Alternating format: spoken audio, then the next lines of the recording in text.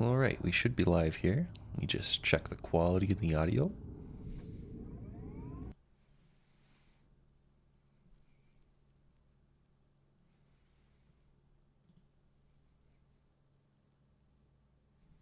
Testing, testing, testing.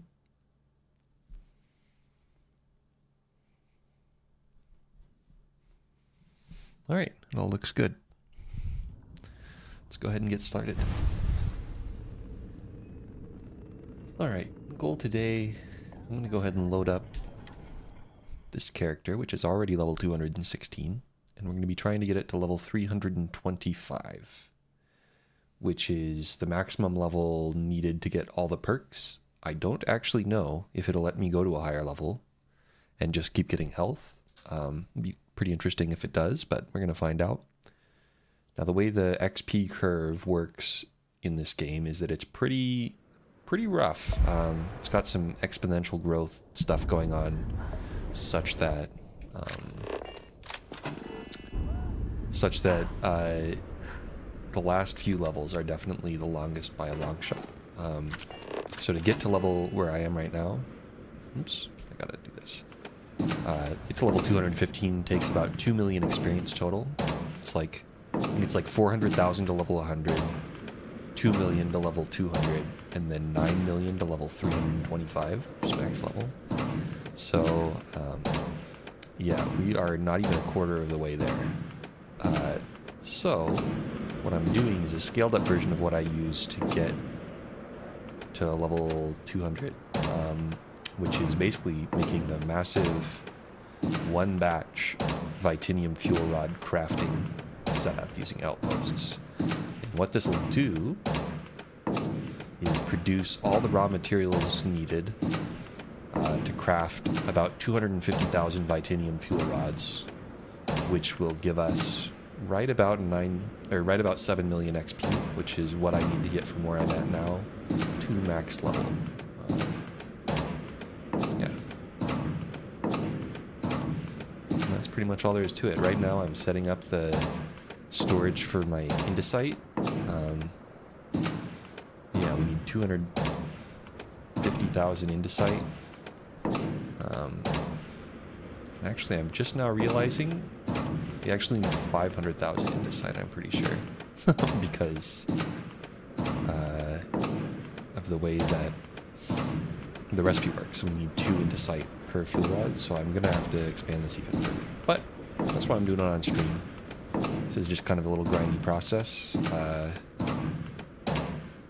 Yeah. Just in case there's anyone who wants to chat with me.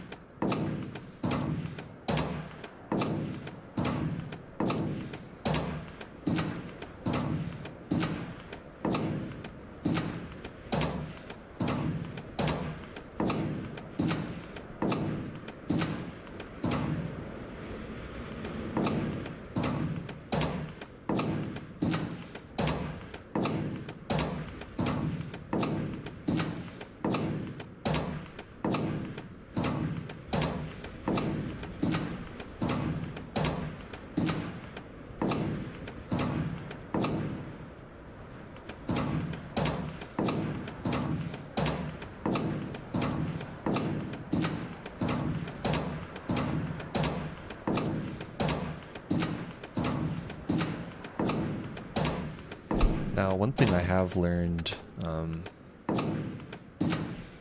from doing a scaled down version of this to get to level 200 is that there's a little bit of a process to building these massive storage arrays that I'm going to fill up.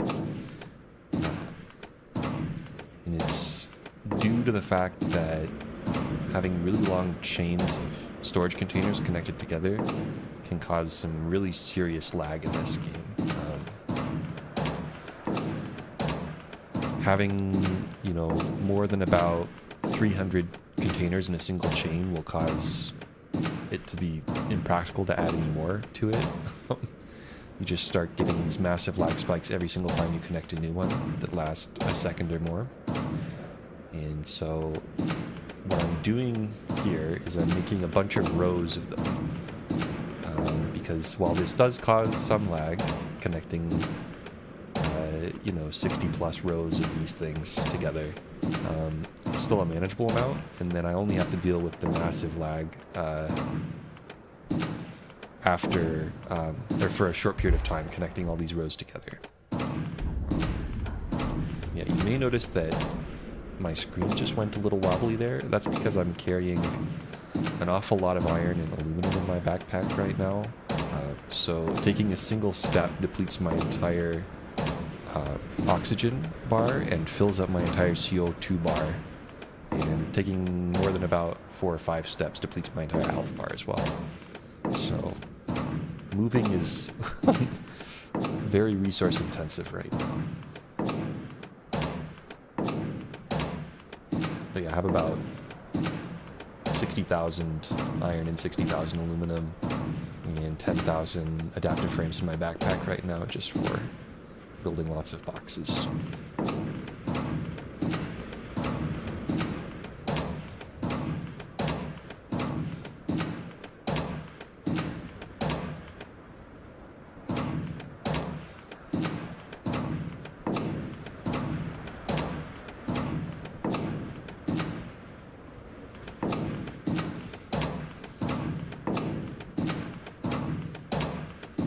Now, this is going to be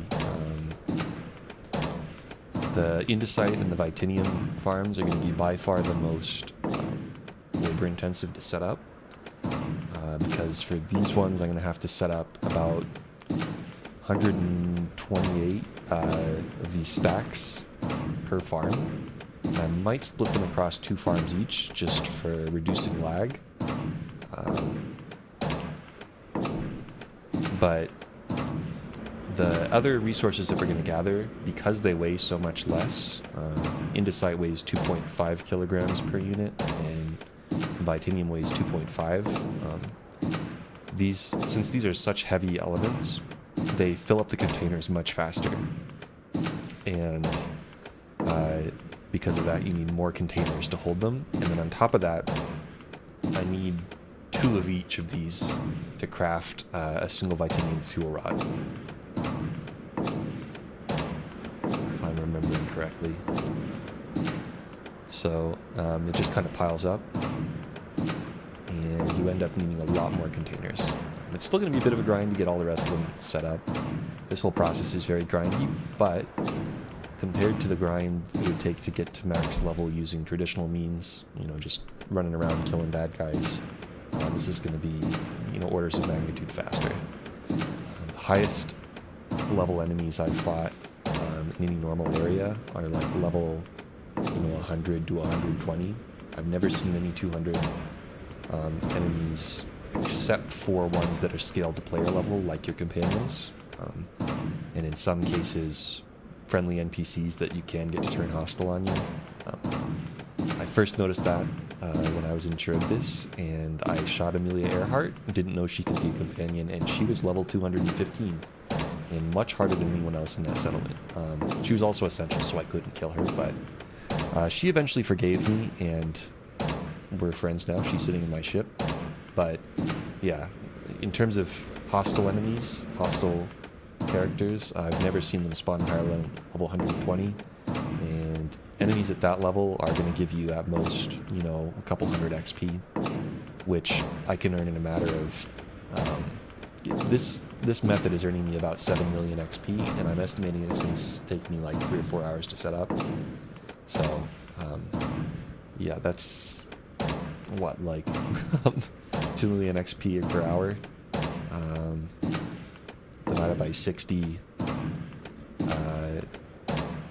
Well, I can't do math in my head while I'm doing this, but yeah, that's 200,000 times 6. No, divided by 6. Yeah, I can't do math in my head while I'm doing that. Well, let me do it on a calculator really quick.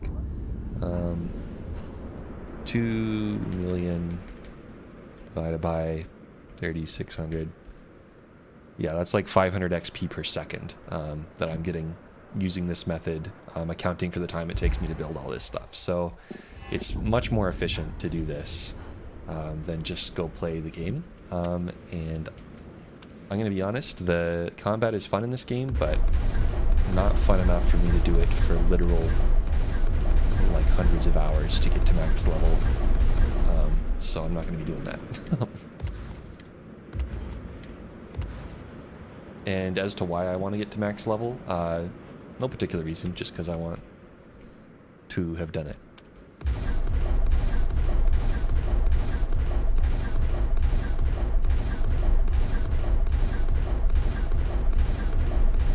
Okay, that is the correct height. These towers are all 25 tall, because it's close to the build limit, but it's sometimes the build limit varies because you can start building on a higher ground, and 25 is just a nice round number to work with, easy to remember, and there's no particular need to be really space efficient to fit the amount of towers I need. So I chose 25 for the height of the towers just to be consistent across all the bases.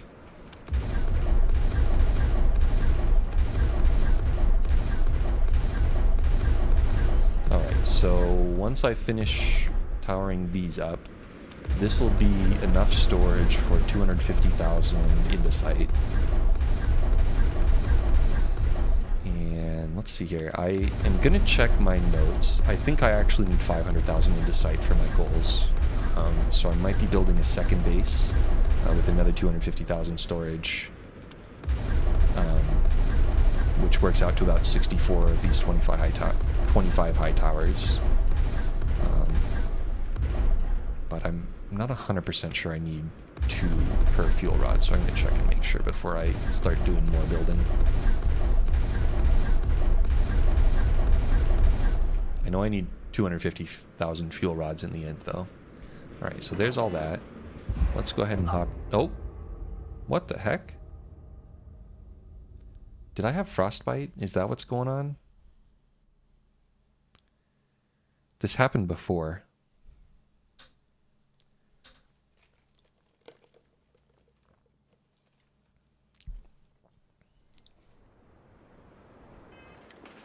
Let's see what's going on here. Status. Taking health damage expends O2. I think this is interacting in a weird way with my extreme over encumbrance. You can see I'm at 61,000 out of 230 encumbrance. So let us get rid of that frostbite real quick. Now, did this get rid of all of my hard work? I'm pretty sure it did. Oh, that's devastating. Oops. Yeah, it did. Okay.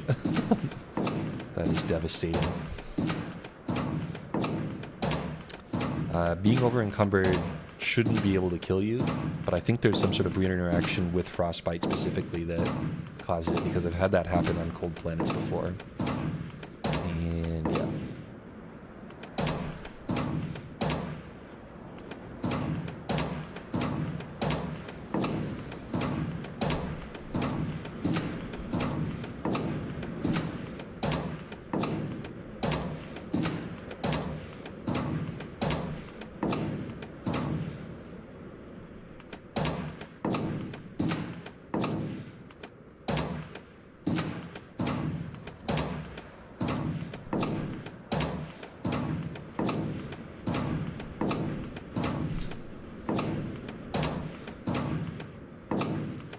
Now, as to why one would want to get to max level, there's really not a compelling reason, other than, you know, the fact that it is the highest level you can get to. A lot of the skills in this game are not useful for any specific build, and some of them are just not that useful in general, depending on what you're doing. For example, commerce is basically useless to me now. I have over 1 million credits liquid right now, and I can easily make millions more if I want to, with the Outpost stuff I've already done. Yeah, even even if I did need more money, commerce doesn't actually speed up how much or how fast I earn money, because the main bottleneck is how much money the vendors have on them. I really wish it was like Skyrim, where one of the mercantile perks was increasing vendors' amount of money they held. Not that that really mattered in Skyrim, because it was trivial to reset vendor inventories by just quick saving and punching them. But in this game, it would have been very useful, because vendor inventories right now are very stingy with the amount of credits they have on them. The highest vendor credit limit is like, what, 1,200, 1,500, or 12,000 with the trade authority people. I have seen it higher than that, but I think that's, I haven't been able to consistently reproduce that. The highest one I've seen is 12,500 with the neural mod vendor in the key. And unfortunately, I killed her in this playthrough. I sided with the UC because I was having fun with the playstyle that the UC was requiring of me, so I thought I'd go with them, but little did I know it would destroy the best vendor area in the entire game.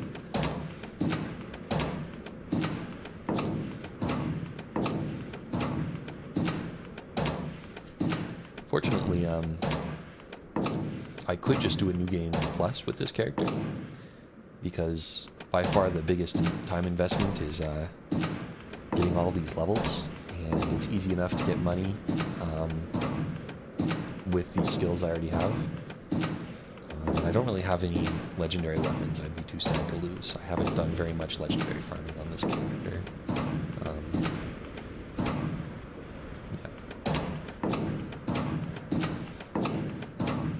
So if I really wanted to get access to the key again, I could just do A+.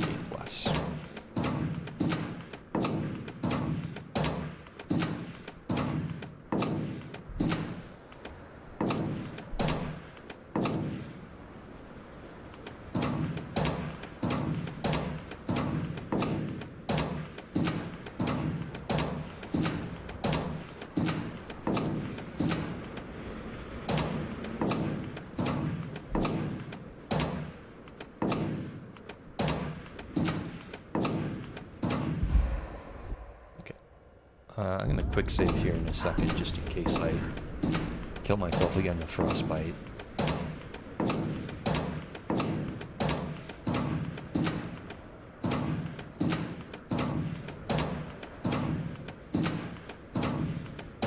Just keep my hands off the keyboard until then.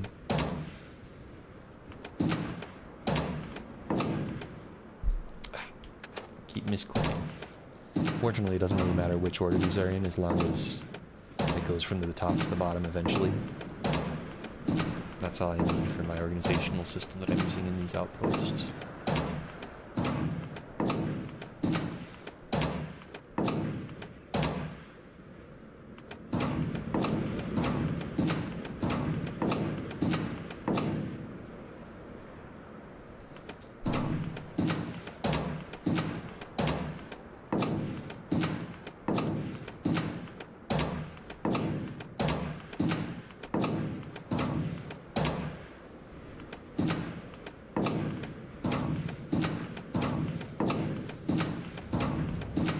I was also looking recently at a new Cyberpunk update, the 2.0 update with the Phantom Liberty expansion.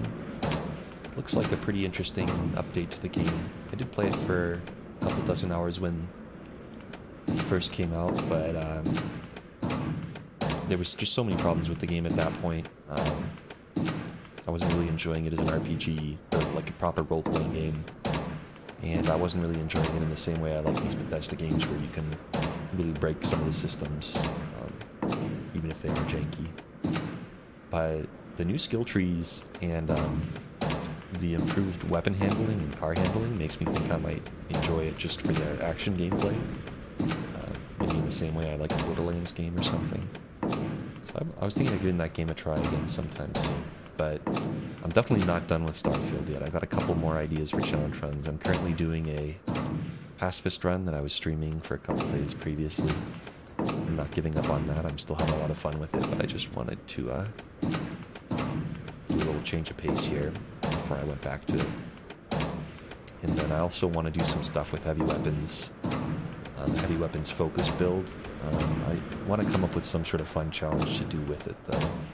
Some reason to play with the heavy weapons rather than just saying I'm going to play heavy weapons. I haven't quite figured out what I want to do there yet, but I'm sure I'll come up with something.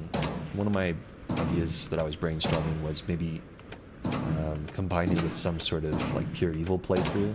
You know, try and rack up the highest bounty I can. Some sort of rule set about always firing first, even against friendly NPCs. That could be fun. Some interesting challenges arising from that. Alright, once I'm done with this run, I'm going to quick save.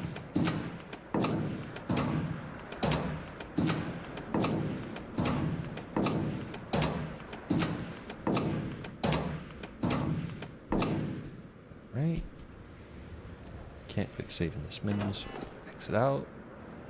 Quick save. Quick saves take a lot longer if you've got a lot of stuff going like this. The more you know. Alright, 1, 2, 3, 4, 5, 6, 7, 8, 9, 10, 11, 12, 13, 14, 15, 16, 17, 18, 19, 20, 21, 22, 23, 24. That's 25 tall, including the base. We just build up the rest of these.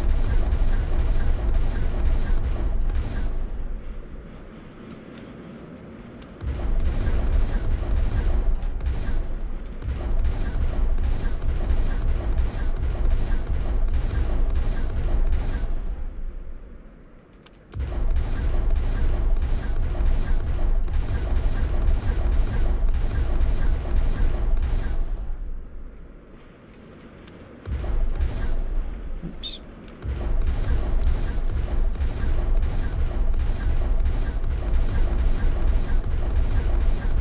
Oops, one too many there.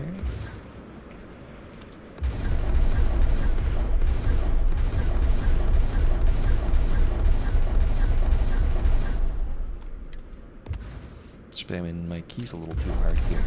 Getting extra containers.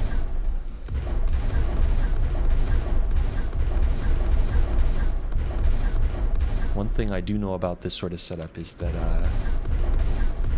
I'm going to harvest all of these by deleting the outposts, just because it would be extremely tedious to pick them all up one by one, and I need to delete the outposts at some point anyways to reduce lag in the game, because having this many large outposts will cause game-wide stuttering, at least on my system. I'm led to believe that on higher end, specifically higher end Intel CPUs, the game stutters a lot less. But for my system, these need to be deleted. And the fun part about that is it makes a really big noise when you delete it, because every single one of these makes a sound. Let me see, yeah. So if I walk around, does this kill me? No. Yeah, I think it's an interaction with Frostbite that causes that. Very odd.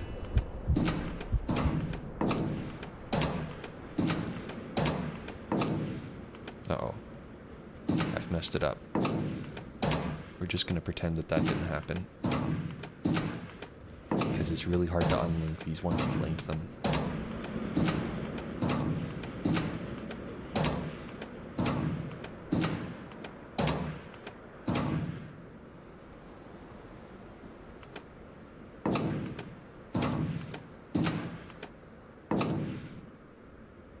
Uh-oh. Okay, so it's that one. We're just gonna try and skip over it here. Oh no, I've linked them. Hopefully that loop doesn't cause me headaches in the future. In fact, you know, I'm gonna preemptively fix this. We just delete down this row until it goes away. I don't want this to cause any problems in the long run.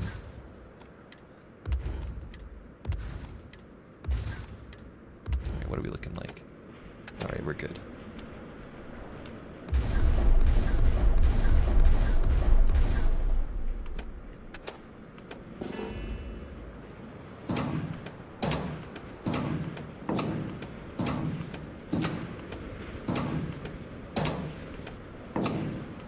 Okay. That all looks good.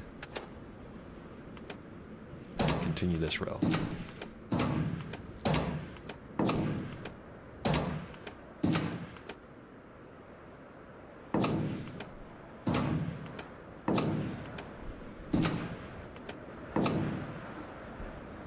Set something up here really quick.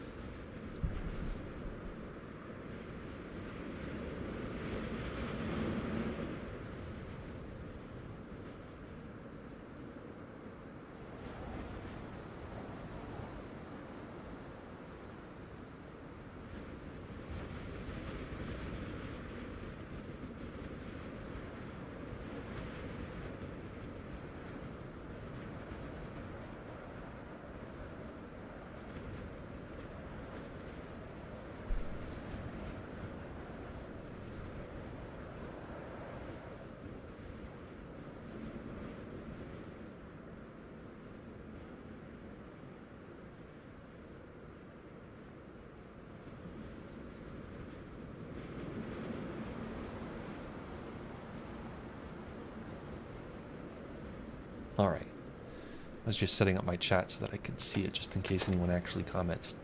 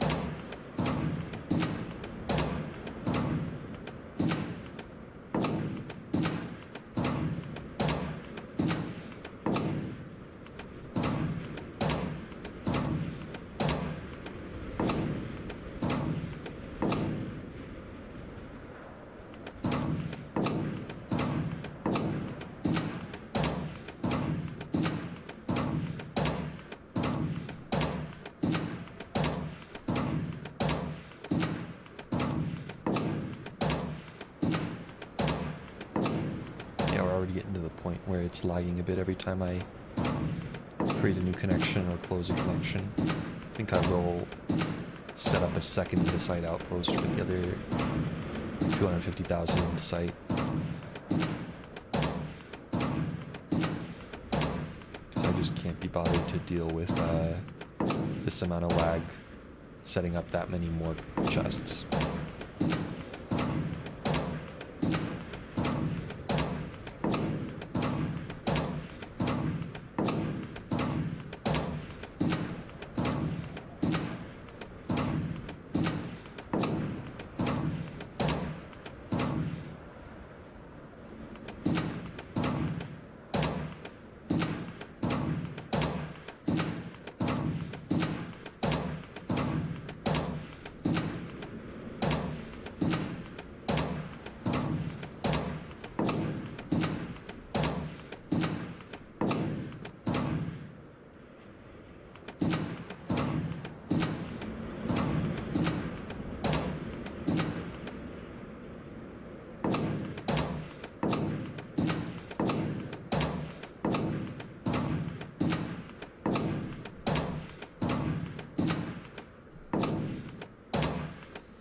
Okay.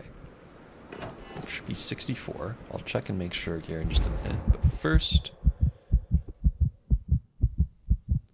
gonna head over here. Oh, I bet that's it. When I was watching my health just now, stepping out from there, it actually fell below where it's supposed to go for just over encumbrance. I wonder if it ticks down more based on how heavy you are, and it just happened to line up with the wrong number when I was doing it before. Anyways, let's see here. I'll check my math. So we want Vitinium fuel rods. Oops. And, okay, we need 2 Vitinium and 1 Indesite wafer. And for Indesite wafers, we do in fact need 2 Indesite. So if we want 250,000 Vitinium fuel rods, we're going to need 500,000 Indesite, which means that I need another 64 towers. So what I'm going to do is test this design and make sure there's no critical flaws with it. Look at that health go down. That is a little terrifying. So here's what we do. Go like this. And then we connect this all up. Oh, it'd be easier this side. Yeah. Bottom to top. Bottom to top. And so on and so forth.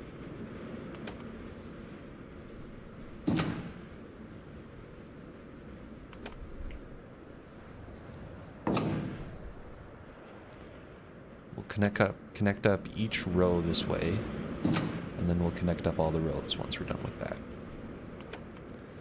Because as this structure gets more and more crates in it, the lag increases a lot. Yeah, you can see it's taken like over a second to connect a new row each time right now.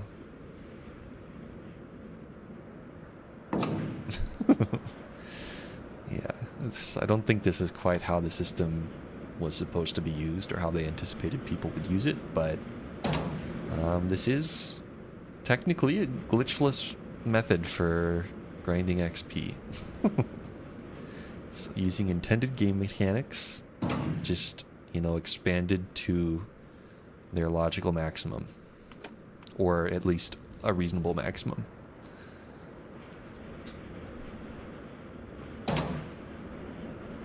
We could go even bigger, but going much bigger than this is actually pointless. It'd be too much XP to be useful. After, you know, 300,000 Vitinium fuel rods makes sense. 400,000, that's more than you need to level from 0 to level 325. Okay, that has taken a long time now. It really does not like having this big of connections. I do know at a certain point it causes the whole game to freeze and I get like a spinning wheel of death on my mouse. I'm hoping that we can avoid that for the most part, except for the last few connections. Yeah, so we connect this guy up.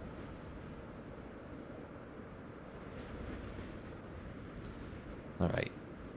And with that done, all of our goods should flow from the top right to the bottom left here. Now the next one's going to be a little trickier because I've got to like get in there. Oops. Yeah, bottom here, top here.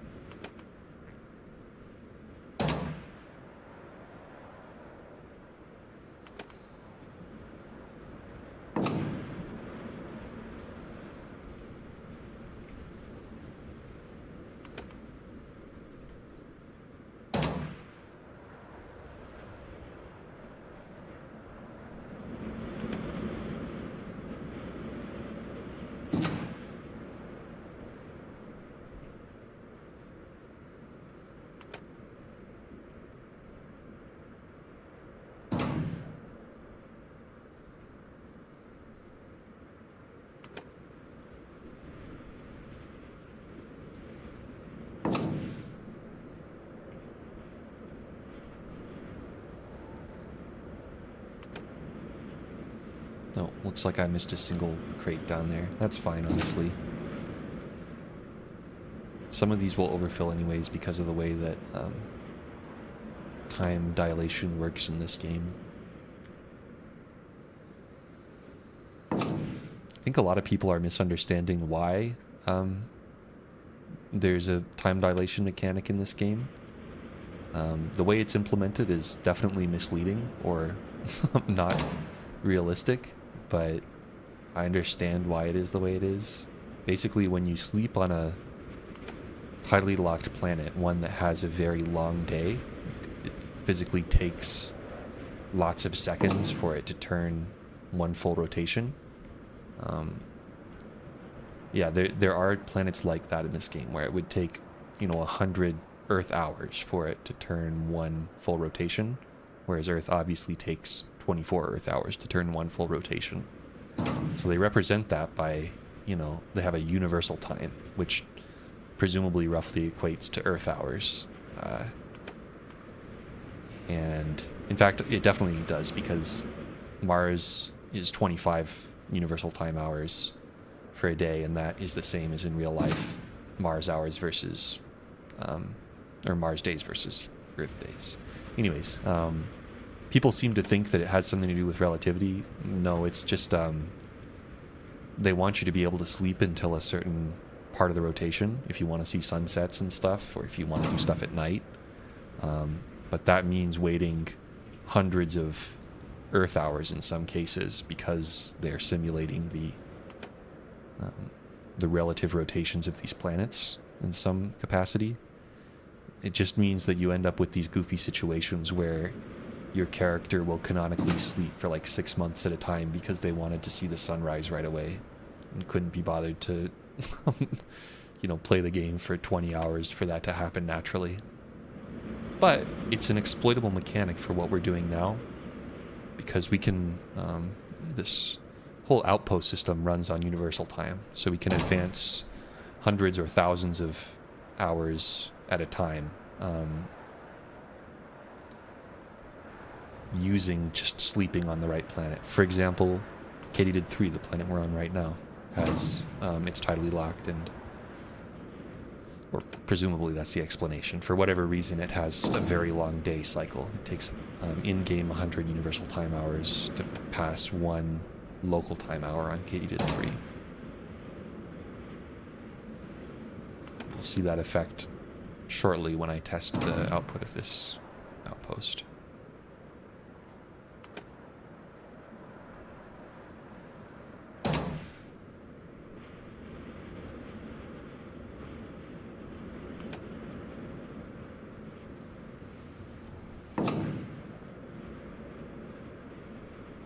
This is very precise.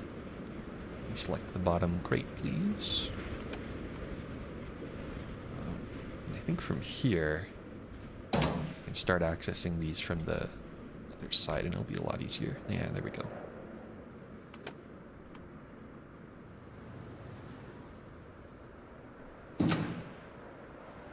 Get some nice slowdown going. Love to see it. Game is really struggling right now. If I pull up my frame time graph here, you can see the frame time graph just stop for a few seconds. If I had the metric for maximum frame time, you'd see like 5,000 milliseconds or something as my maximum frame time. Even though my average frame rate is in the 50s and 60s.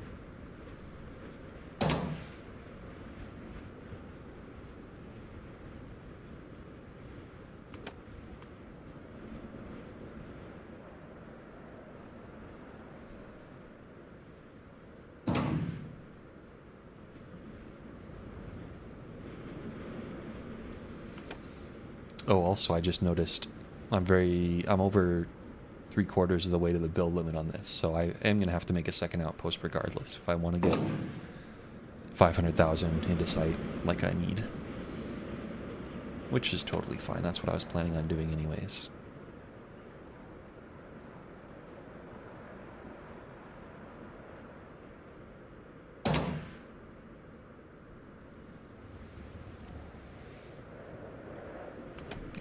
Close this performance graph for now.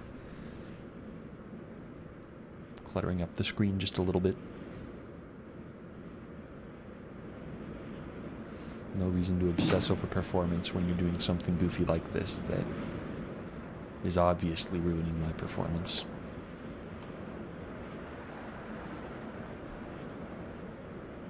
Fortunately, there's no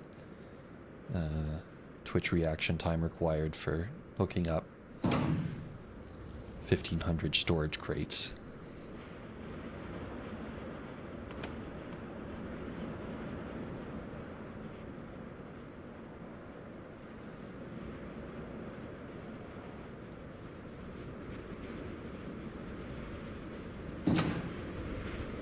This is going to be rough, these last couple ones here on this row. The game is really not having it right now. I think it must grow like n squared or something. Like the complexity of this graph calculation, whatever it's doing, whenever you hook up multiple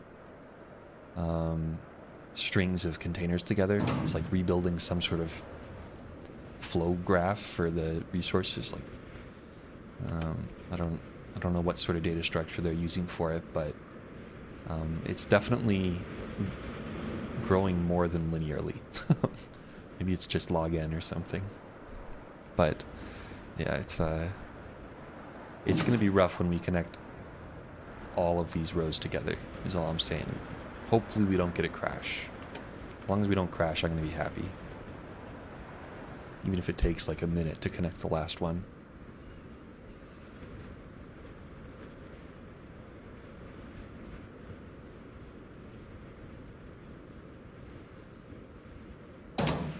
Alrighty.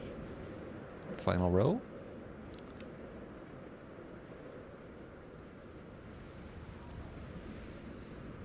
Yeah. We're already getting a little bit of performance problems on this one, even though we haven't hooked up that many yet. It's yeah, the game build limit is there for a reason, and I don't think it expects you to use the entire build limit on connected containers.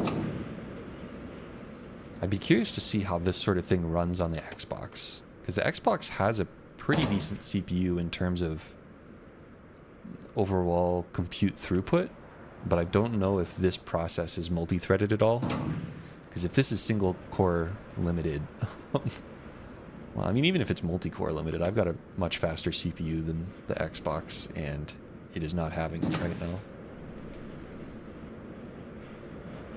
Maybe much faster is it over-exaggeration, but it's, you know, 20-30% faster.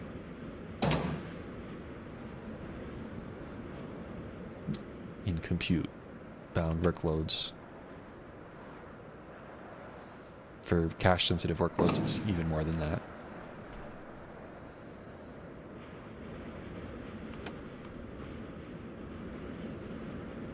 Alright, here's the big test. I'm gonna quick save before we do this, just in case we get a massive crash.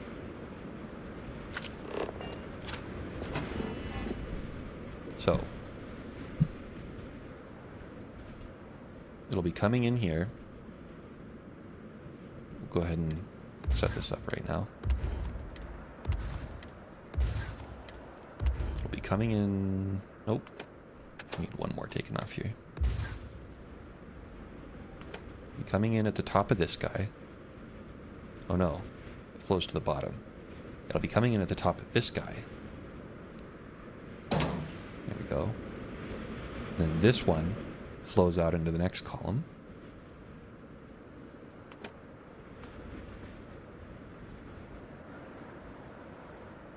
This is a long wait. Got no spinning circle of death yet, though. It's a good sign.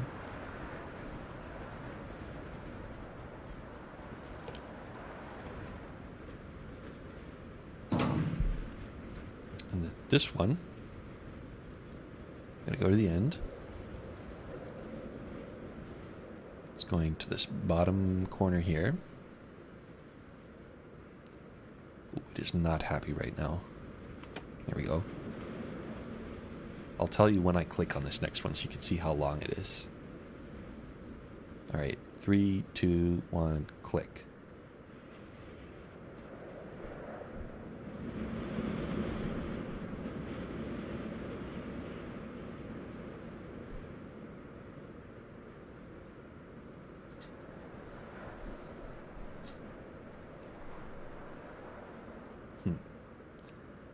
I'm not getting the spinning circle of death.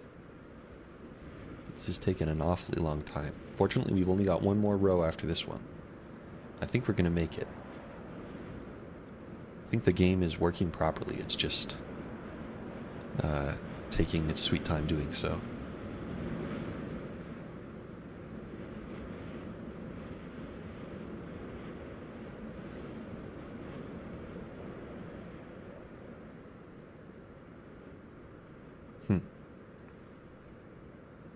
The stream is not frozen. It's the game that's frozen.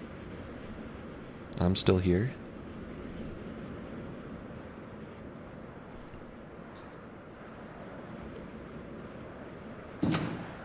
There it is. Holy cow.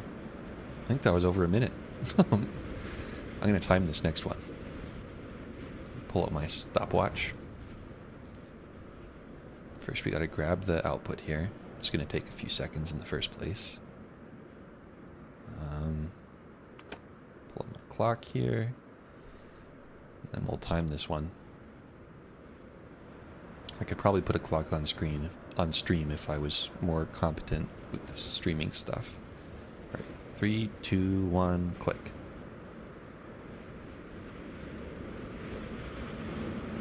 Oh, I just realized I left clicked. I would have been waiting a long time there. Here we go. 3, 2, 1, click. Yeah, it's frozen now.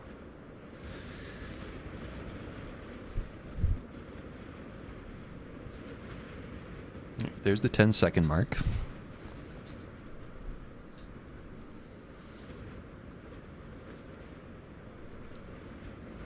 We've been frozen for 20 seconds now.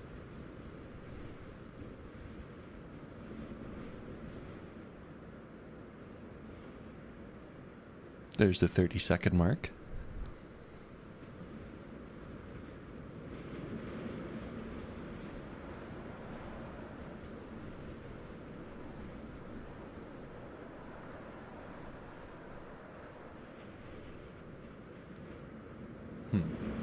Past 45 seconds now.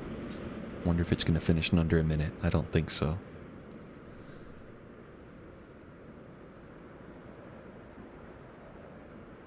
Yeah, there's a minute. I'm just hoping it takes less than 5. Because if this is exponential growth, we could be here for an hour. But I don't think so. I don't think it's exponential growth. It doesn't seem like it now that I'm thinking about it.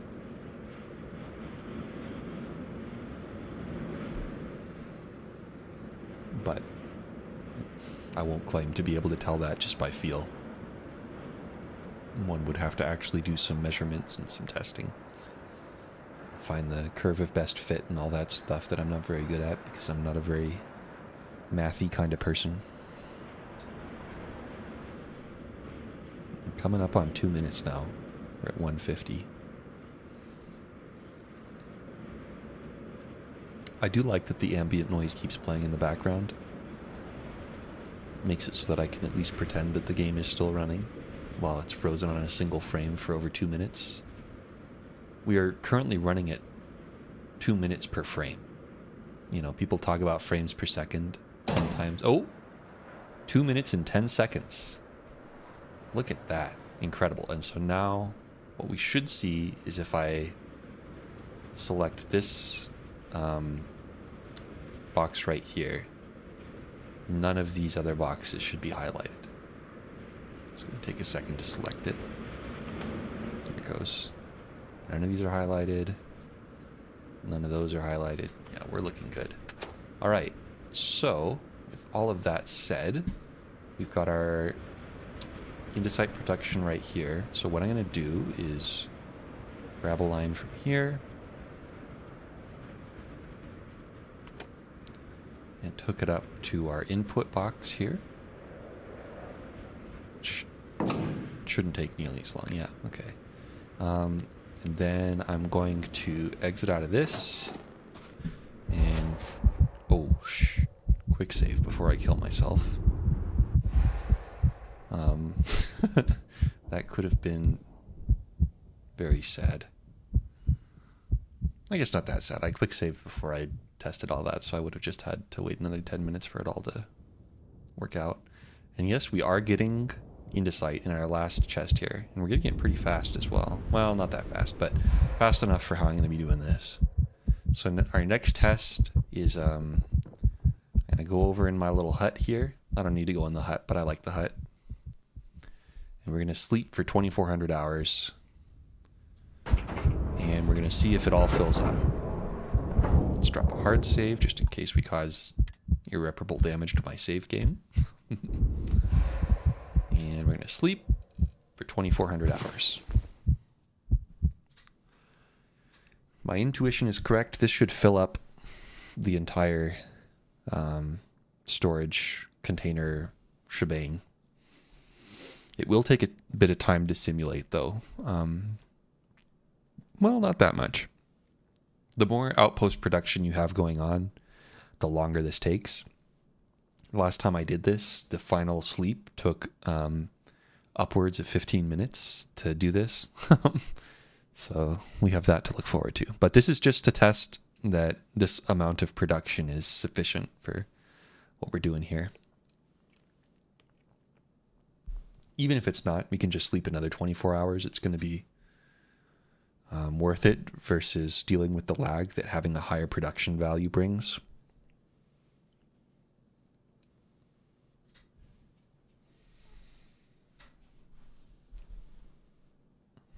Because another 24 hours is just another 10-15 minutes of waiting, and I can live with that compared to the whole setup process taking several hours. Not having to deal with lag during that would be nice.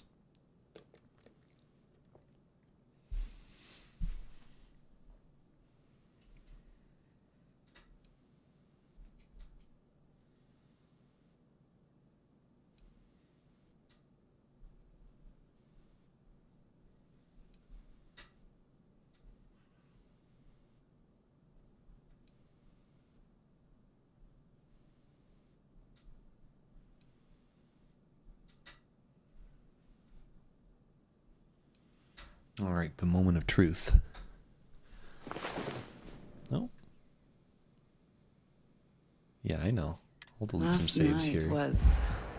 Shut up, Andreja. We did not just sleep together for 2,400 hours. Don't you talk to me about that. All right, so if this worked, it did not work, I don't think. How much did we fill up then? How far off are we? None of this is filled. Oh dear. I might have to seriously ramp up production. Fortunately, I have ways to make that happen, but let's just see how much of a deficit we're looking at, I guess.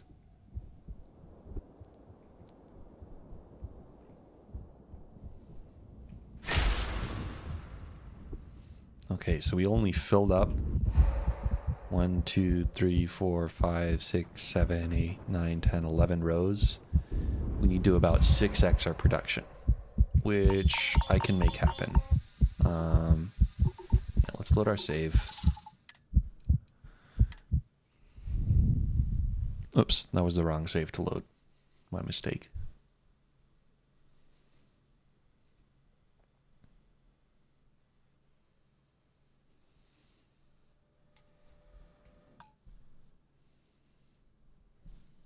Hello? Where's my cursor? Okay, yeah, this save right here. This is what we want.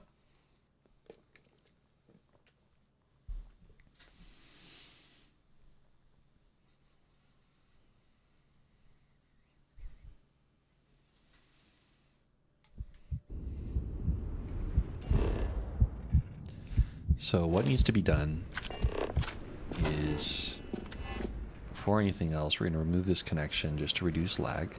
There we go. And what we can do is currently, oh, it doesn't tell us our production right now. Let's give ourselves just a little bit of buffer here so we can measure production. Game.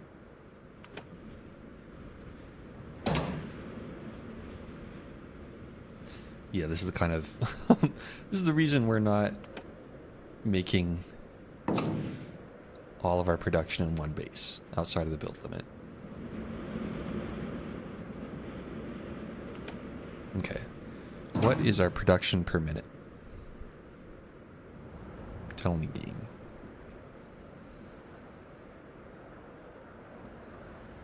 Because we can double it by using Aldemite drilling rigs. And then we can about double it again using robots. Is it not going to tell us our production rate? Really? Hello? Game? Huh. I don't know what's going on right now.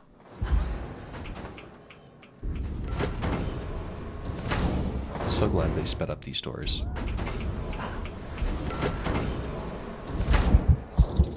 Yeah, that almost killed me. I think that's it. I think being so over encumbered puts you at risk for like overflowing your health damage from walking over encumbered, and it can actually kill you. Yeah, we are getting into sight. Game, what are you talking about with the 0 production rate?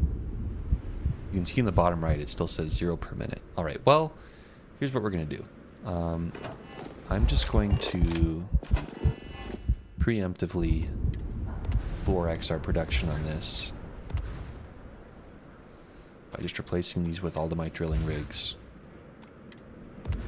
Or what are they? Industrial drilling rigs using Aldemite drilling rigs. Can't remember what the actual name is.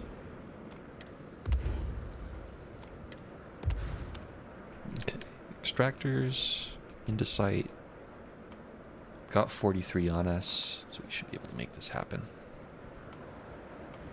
1,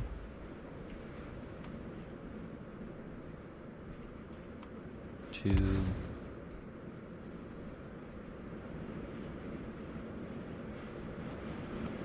There we go. 3.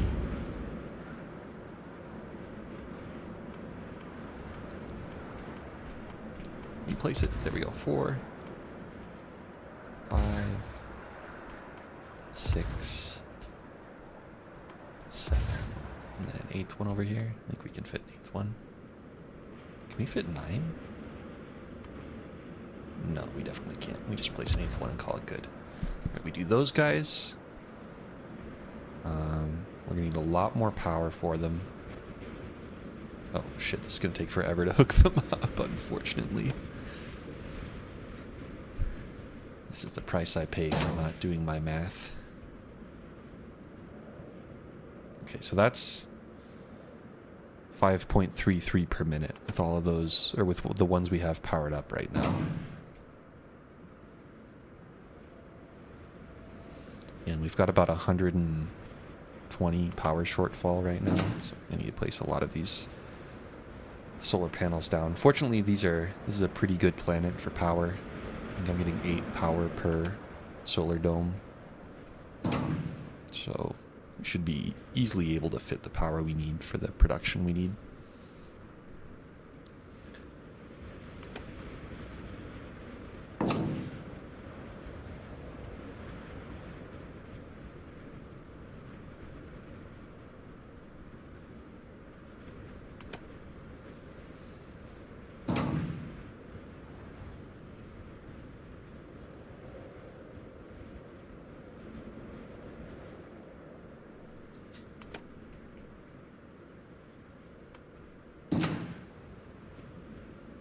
I think we should be able, if it gives me accurate output numbers once I ramp this up, we should be able to calculate how many extractors we need for the rest of our base as well. Alright, so let's get ourselves some solar domes. Just put them in the old place. Ground here is kind of uneven, which makes it finicky to place them, but we've got all sorts of extra space, so no need to be picky with where we put them.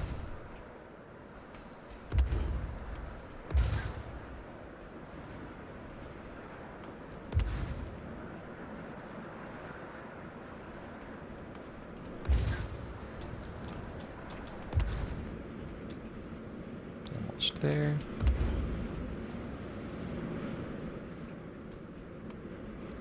Here we go. 152, 160. And we'll put one more for good measure. Alright. Yeah, so our production now is 24.66, which, let me see if that lines up with my expectations.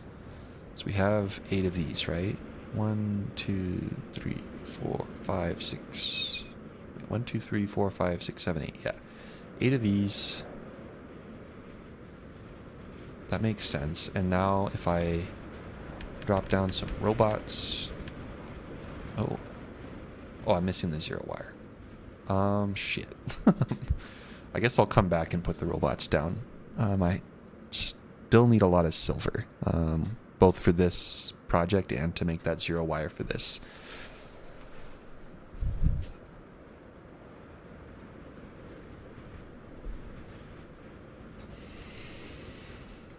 All right.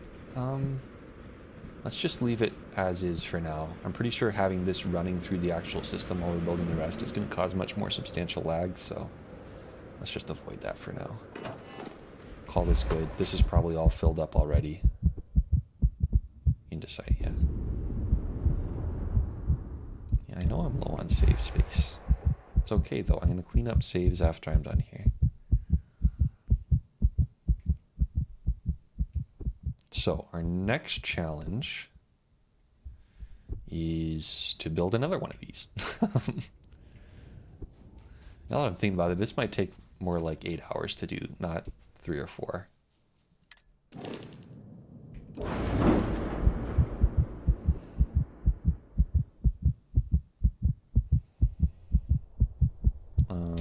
Sport chunks freight. Always a satisfying moment to return to your ship.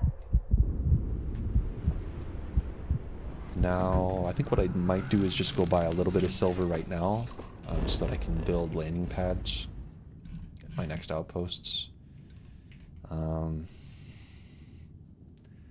no, I should have some in my main base here. Surely I have some silver.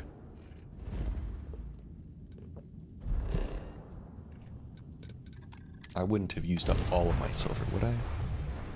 I'm not that stupid, right?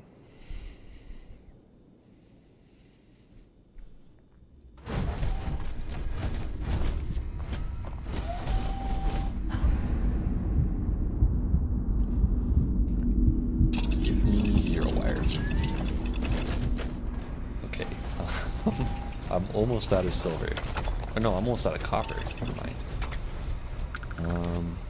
Alright, well I do have 0 wire now, so that's something.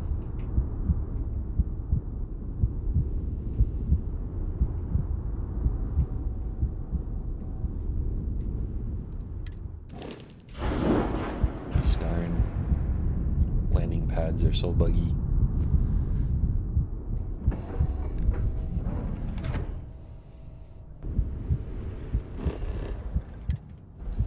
Maybe I should just delete some saves right now so it quits giving me that annoying loading message. Oh, that's the wrong site. I'm gonna do that actually. I know, I'm dealing with it right now. Alright, so we got autosaves galore. We can delete some of these autosaves.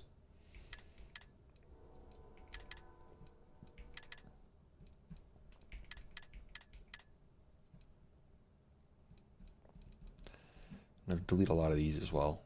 Here's what I'll do. I'll keep one at each level.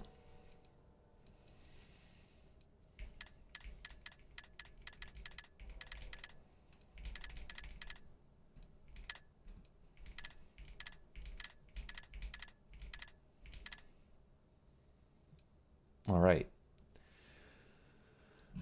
That should give me a little bit of buffer room here. Back to Katydid. Katydid 3 has all sorts of resources, and I'm just going to keep a lot of my production on it to simplify things a little bit, at least in terms of finding my resources. Next up, I'm actually going to build the copper base, I guess. Oh, no. Yeah, I'll do copper next, because I will need another andesite base, but actually, let's go back to the copper, or the andesite base really quick and give it its proper name. But I want to do the copper base first because apparently I'm out of copper.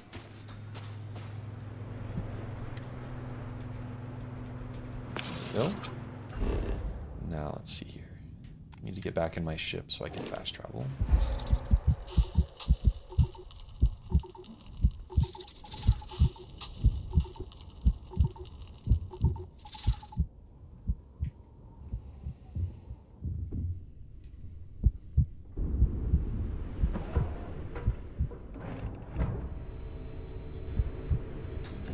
Alright, where's the copper at? On the plateau. Hopefully that'll give us a nice flat place to build. That would be preferable. This doesn't look too bad. Now let's calculate how much copper we need. We need 250,000 fuel rods, which comes out to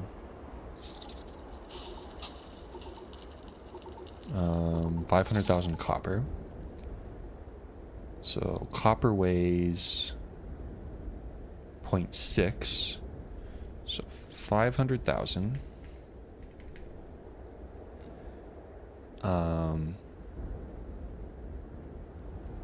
times, am I doing my math right?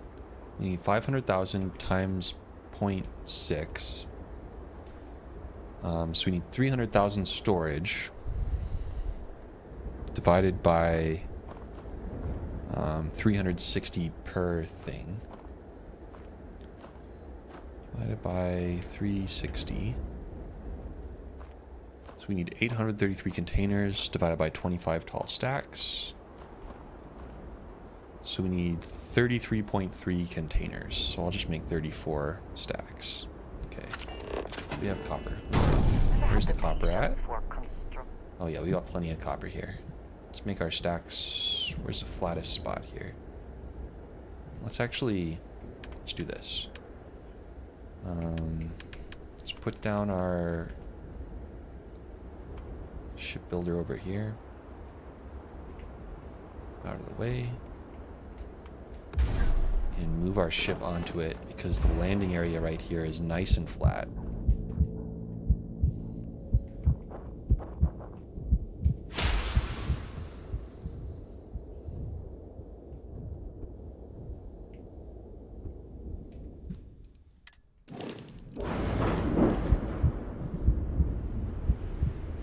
Is it gone?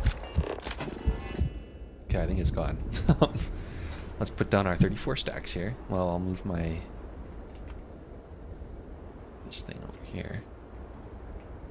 Foundation is too tall. Excuse me? Why? Alright, that's good enough. Storage. We got big boys. And we're gonna put them down facing this direction. 1, 2... Really? Can you do this to me? 1, 2, 3, 4. Is it really that much taller there? It's always hard to tell from this vantage point, but it's better than trying to do this from the ground, in my opinion. 1, 2, 3, 4, 5, 6, 7, 8, 9, 10, 12, 13, 14, 15, and then another row this length. Actually, we should do 16.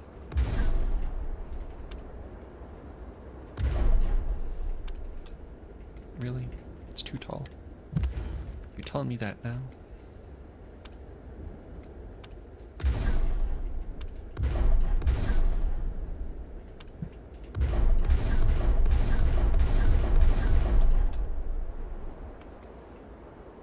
Seriously intersecting?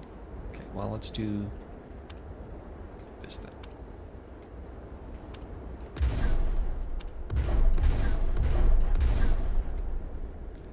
Because I was missing 4, so here's 1, 2, 3, 4, 5, and then we need one here. Let's check that. 1, 2, 3, 4, 5, 6, 7, 8, 9, 10, 11, 12, 13, 14, 15, 16, 17, 18, 19, 20, 21, 22, 23, 24, 25, 26, 27, 28, 29, 30, 31, 32, 33, 34. Perfect. Let's build these up to 25 high. 5, 6, 7, 8, 9, 10, 11, 12, 13, 14, 15, 16, 17, 18, 19, 20,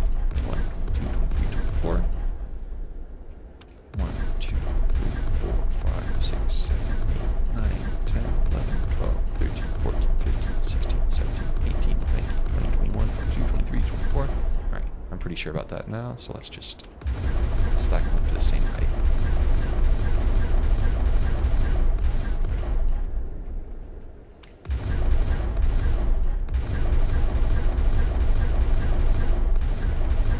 So we know our production at the other place, I think we should be aiming for like 50 production, or 10 production per 100,000 items that we need. Or 20 production per 100,000, excuse me. I think that's a solid number. We're going to test it again here at the copper outpost just because it's a little smaller scale. And copper, we've got more space to extract it, so we can test it a little more effectively, hopefully.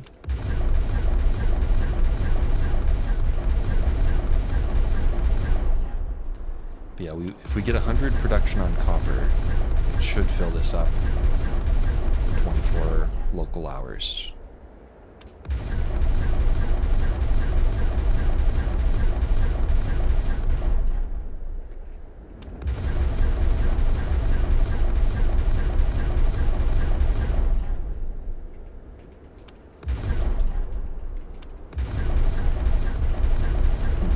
Running low on adaptive frames. Fortunately, we've got plenty of the raw ingredients on hand.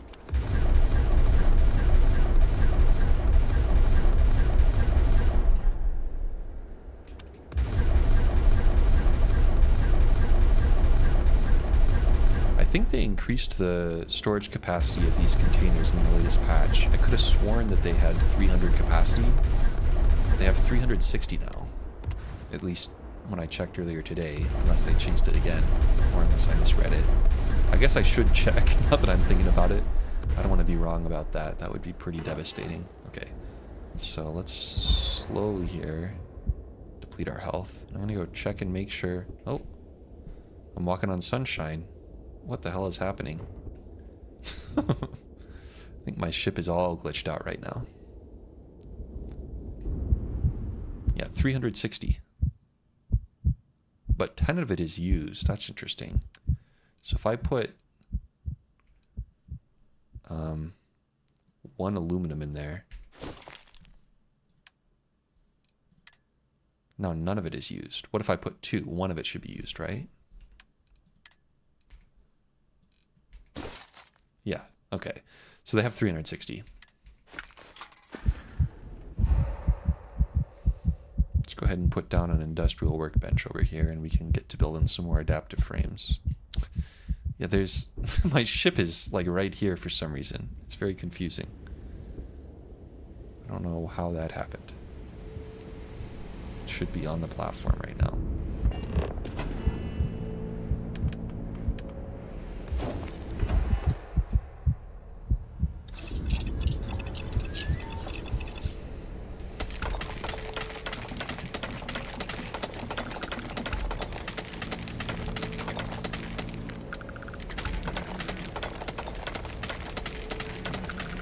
Who knew that someday we would actually need the thousands of adaptive frames people from YouTube tutorials told you to make to earn XP? It's not just for XP anymore, it's for making things that make XP.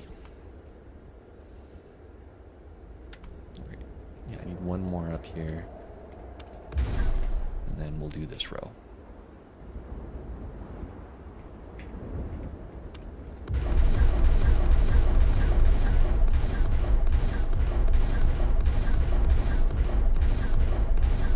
That should be 24. I'm going to count 1 more time.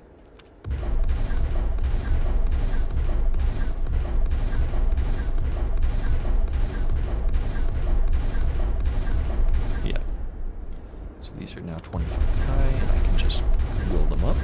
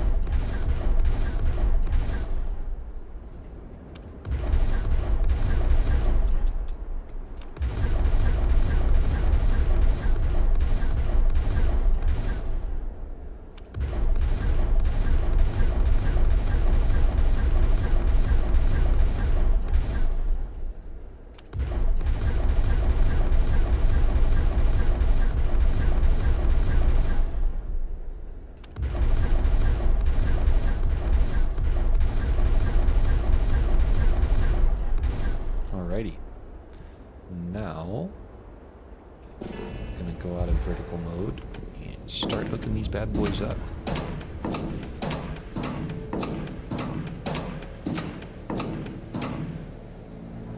Hello? Game?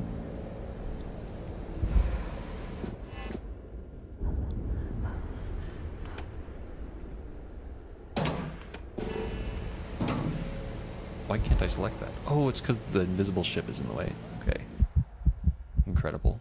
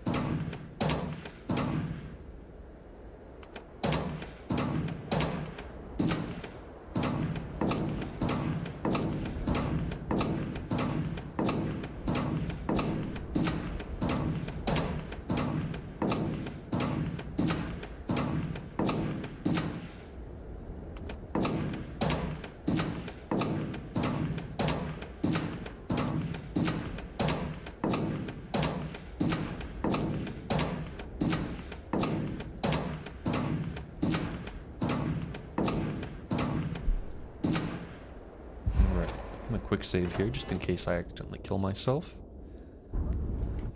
There's always the risk, especially on a cold planet like this.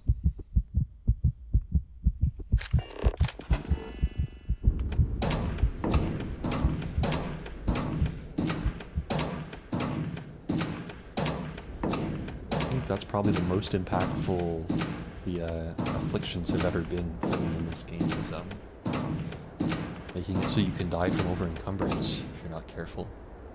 And not in an intentional way, it doesn't look like it. It seems like it's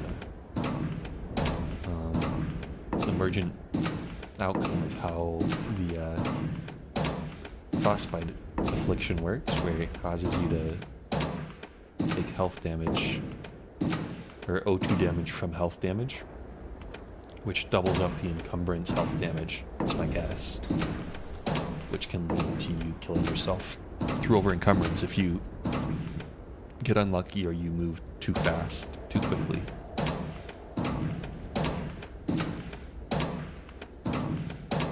Fortunately, I have quite a bit of thermal resistance, but obviously not enough to resist frostbite forever on a deep freeze planet. I don't even know if this is a deep freeze planet. This could just be a frozen planet. I don't know.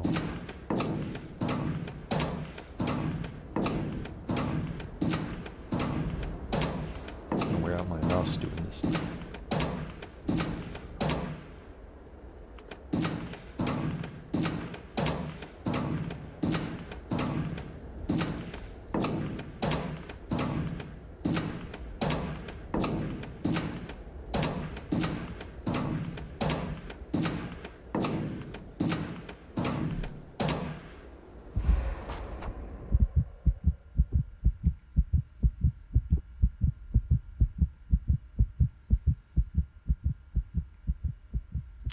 I did read something recently about how you can bind jump and jetpack separately and actually get more mobility that way. I wanted to look into that. Maybe I'll do that right now before I do the rest of this, just because it'll be useful if I can jetpack around a little more quickly while I'm doing the rest of these bases. Okay, it's looking decent. This one I want to go right to left, since the other one I did left to right. Let's get out of there. Let's check our bindings here.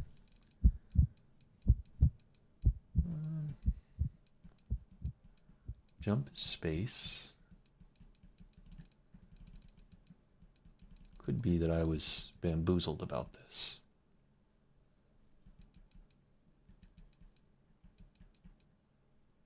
No, I think I was bamboozled. Maybe I was misremembering something about spaceflight using boosters. Yeah. All right, never mind. Fake news.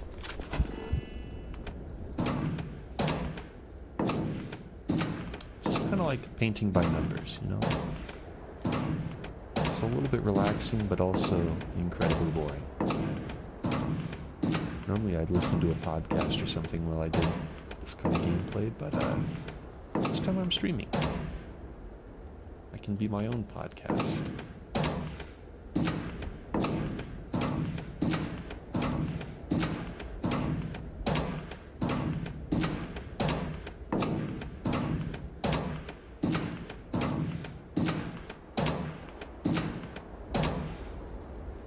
What's that? All the way down? I don't think it was. Yeah. Is that the bottom one?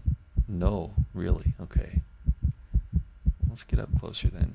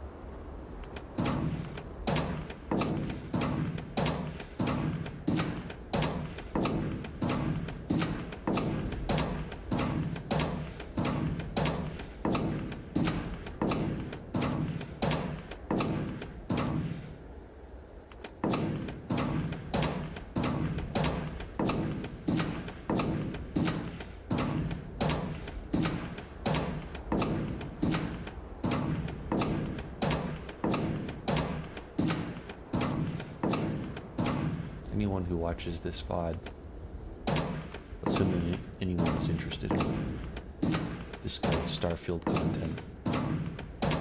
Should probably just skip past all of this stuff. Oh dear, I messed that up, didn't I?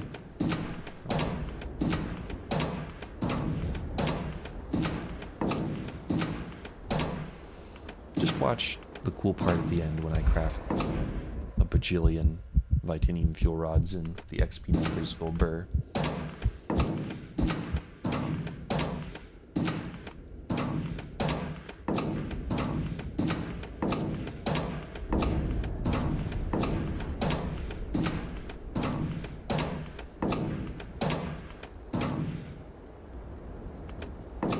If only this was like Skyrim where you earned XP for doing tasks, and I could just get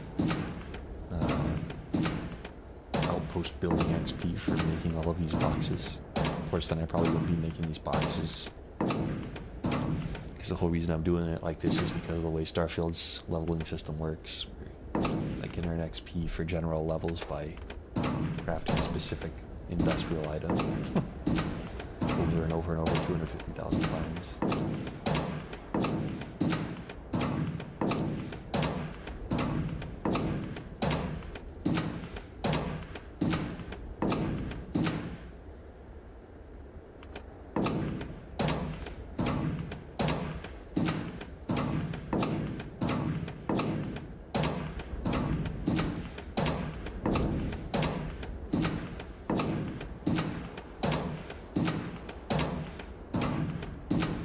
Funny is that this process would be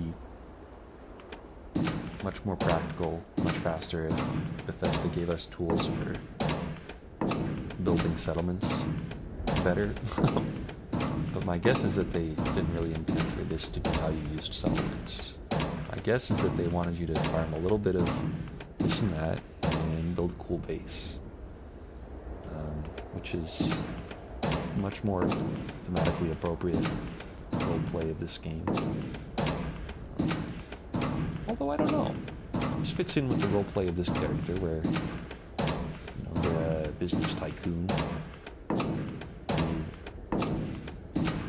who has made all of their money and all of their knowledge just by producing an insane amount of raw materials by exploiting the virgin planets of the settled systems.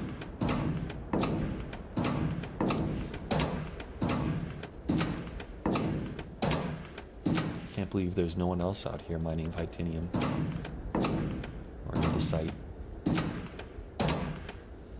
These things are worth a lot of money. All these people who are, you know, just getting by on a few thousand credits per year, you could easily earn that much just by putting down a single extractor. Get some seed capital, a small loan of $1 million, be set for life.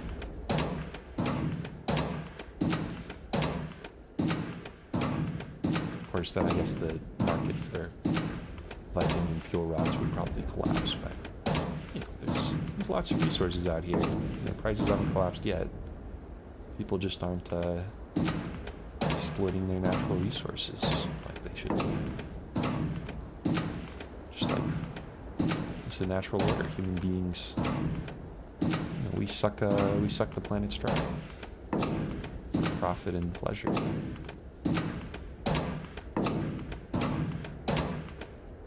Alrighty, there's that done. Let's go ahead and hook them all up.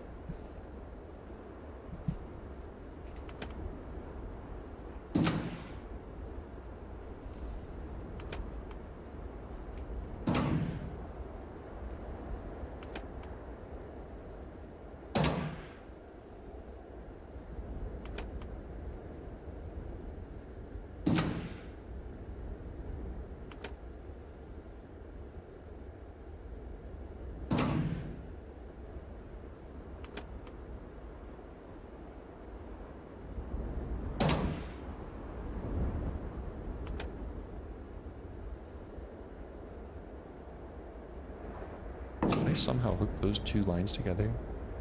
Well, I guess we'll find out here in a minute.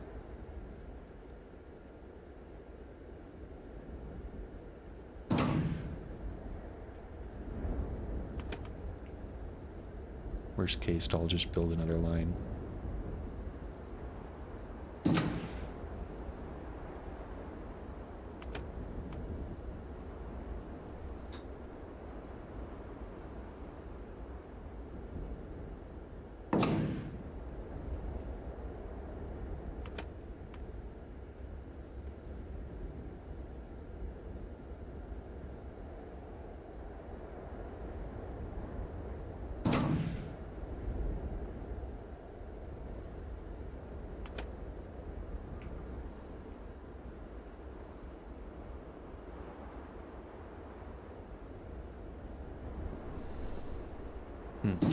Space is already getting laggy with just this much. Ah, I guess I shouldn't say just this much. It's like a third of the build limit just into cargo containers, or solid containers.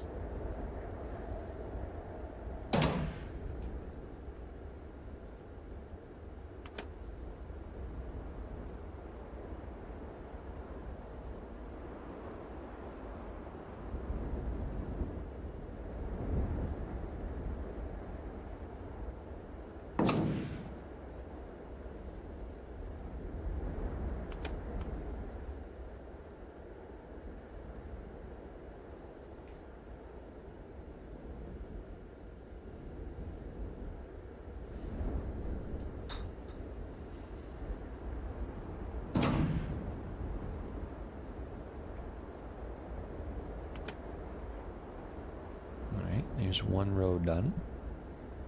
And we'll take care of the second row and hook them together.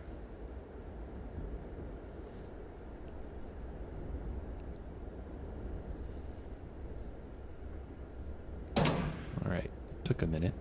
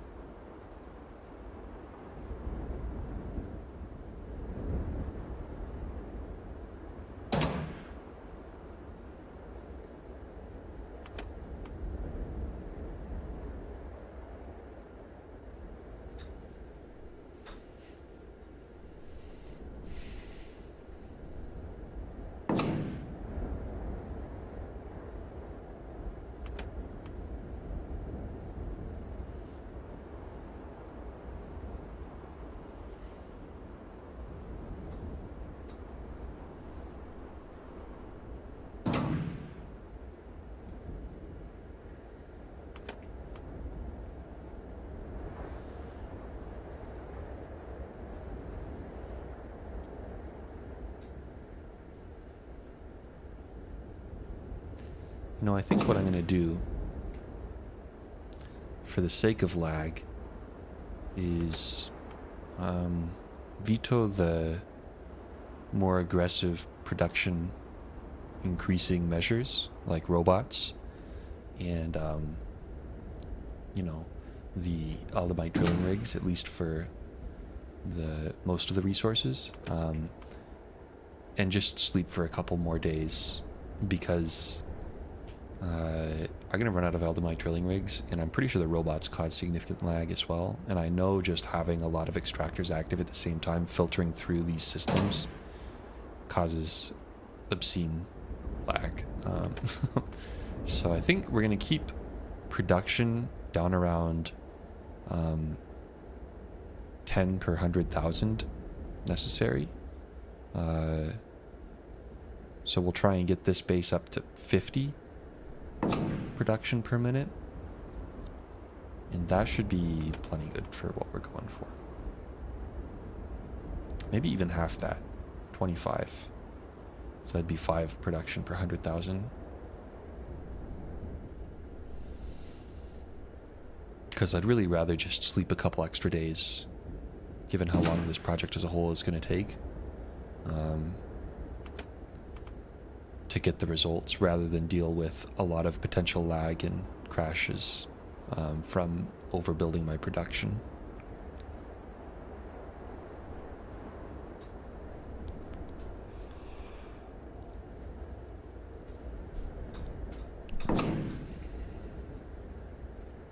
Alright, we're almost done with our copper here.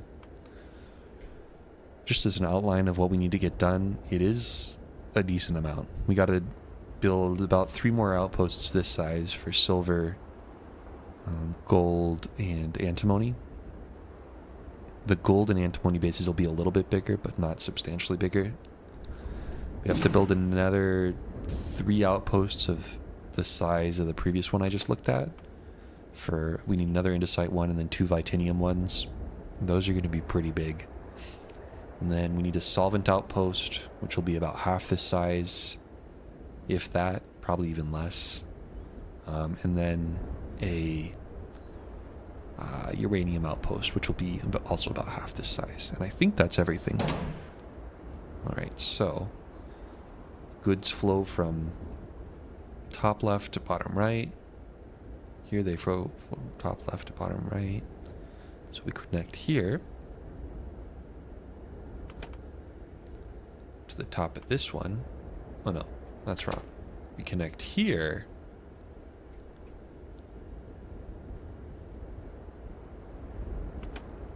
to the top of this one. And this will probably take about a minute to... Oh dear. It's already hooked up. Oh, there's a connection right there. We can fix this. Remove the foul connection.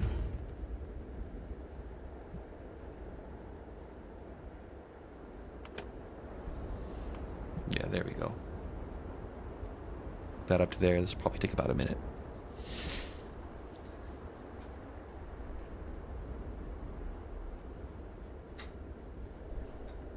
And I think I'm probably going to pause there. I've been grinding for about 2 hours now, and I can only grind for so long at once. But I am planning on finishing this project. I want to get a character to level 325 legitimately, quote-unquote legitimately, without using console commands or exploits. I wouldn't consider anything I'm using here an exploit. It's all just, you know, intended game mechanics pushed to their limits. Without actually using unintended behavior. Yeah, let's check here. This should connect. Oh, we're missing one, but that's fine. Yeah, that connects to everything. So now, what we need to do is put down some extractors. Copper. Looks like I covered up most of my resources, actually. Let me go ahead and move this out of the way so that I can actually use that space. Okay. And then, is my invisible ship still here? No. Okay, good. Just going to put down as many of these as we can. Actually, first, I'm going to put down a bunch of power so that we can keep track of production. I'm going to estimate, like, I don't know, 20 of these. So let's put down decent amount of power here.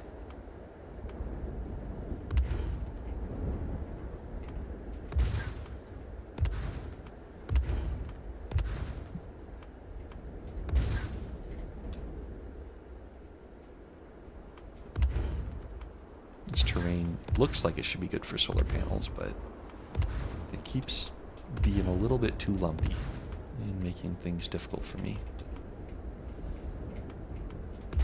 I used all my best terrain for the actual boxes, unfortunately. There's one thing to keep in mind is that whenever you land on a planet, it makes a big flat spot where your ship lands.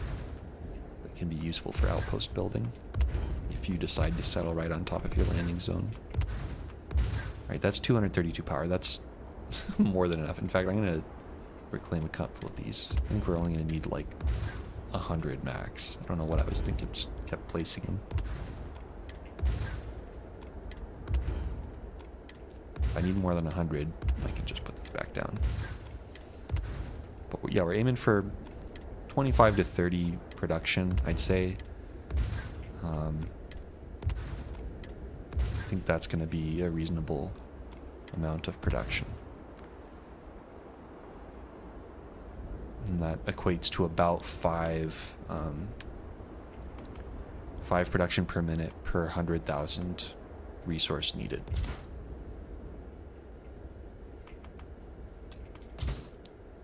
Yeah, this is going to be easy to get to that amount of production.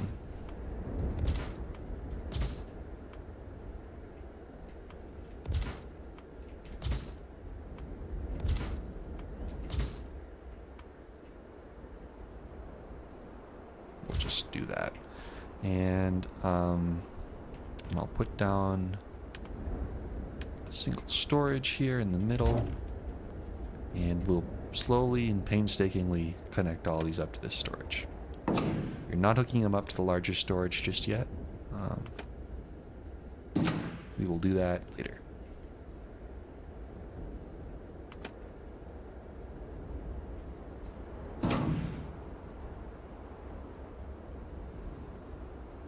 So yeah, we'll also want to get our indicite production up to about 25 or 30. Oops.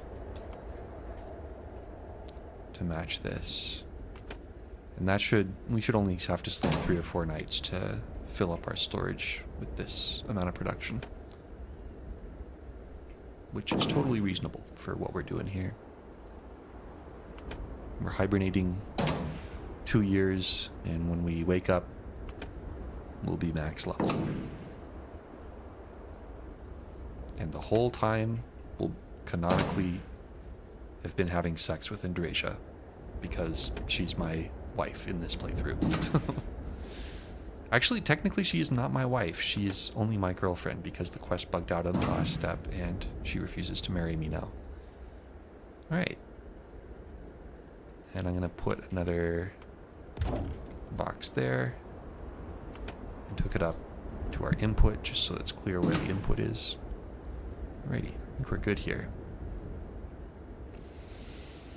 I'm going to go back to my indicite base really quick. It's a quick save so I don't kill myself. Go back to my indicite base, figure out production there, and then I'm going to call it for today.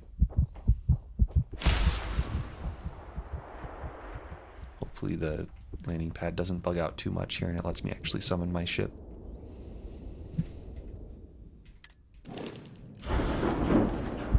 Hello? It says it's there. What if I summon a different ship?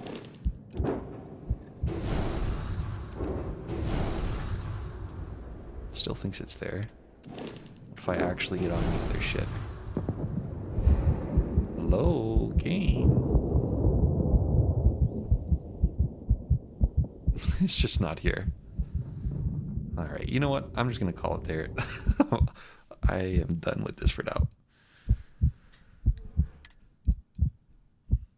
And yeah, thanks anyone for tuning in, and any VOD watchers, thank you for checking this out. Feel free to leave a comment if you have any questions, and I'll be sure to get back to you. Bye-bye.